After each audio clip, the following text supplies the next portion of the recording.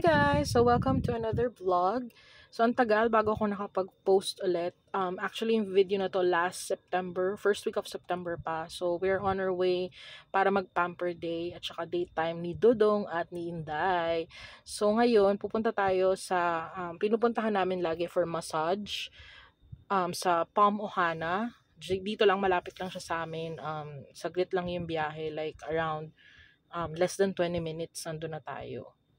So, samahan nyo kami para lang mag-relax after ng long week of work. So, yan. Maya-maya andyan na rin tayo. And nga pala, habang nasa biyahe tayo, so please follow our page po and watch our videos. And dito na tayo. So, pagpasok ni Habi, ayan. Mura lang yung service nila dito pero maganda yung quality ng massage. So, yan. Tara!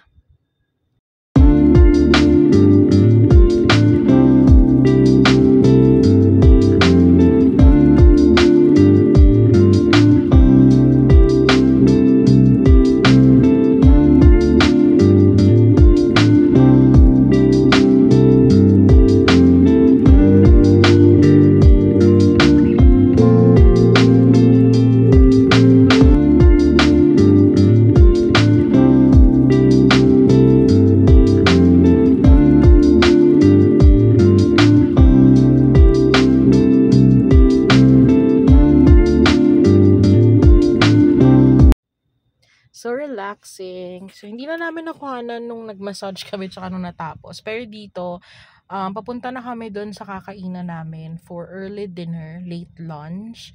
Napanood namin to sa TikTok at saka sa Facebook. Malapit lang siya. Dito lang siya around Tambubong area. Yung tawag sa kainan is Karilagan. Healthy kasi daw stevia. I'm not sure if ano yung mga foods pa nila kasi hindi ko pa naman sila na-check masyado sa Facebook. Maganda yung place, yun nga lang yung daan papunta, rough road talaga siya. So hopefully soon baka pwede naman na masemento, yan. Kasi sayang naman, feeling ko mas dadayuhin pa siya kapag okay yung kalsada niya.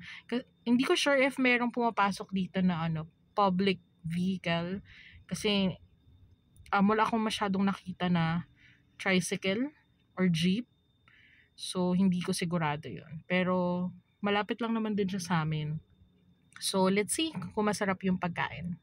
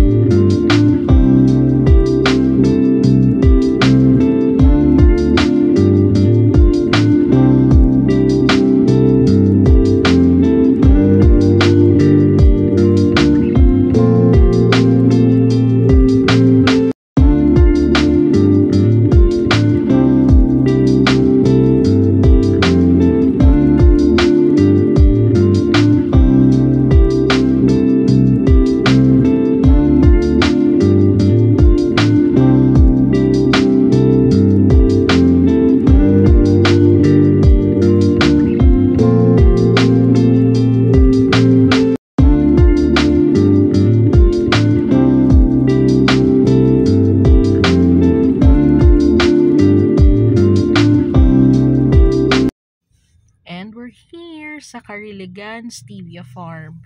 So, yan yung entrance nung restaurant. Ito yung kanilang menu. So, madami. So, tignan natin. Hindi masyadong maraming tao. Siguro kasi patay yung oras. Ito yung kabuuan nung place. Para siyang vintage yung datingan niya. Ayan. Pero maganda yung place. Hindi na namin nasama dito sa video yung parang area kung saan ginaganap yung mga events. Ito pala yung mga in-order natin. So, quick lang. Ayan, banana shake, rellenong bangus, then chicken pastel. Ito yung mga pa-quick snap lang na photos namin sa likod after namin kumain. Yan. So, picture-picture lang saglit. Tapos, uwi na rin kami. And guys, before we officially close this short or mini vlog namin, please follow our page po, Sherry and John, and also sa YouTube channel din namin. Thank you!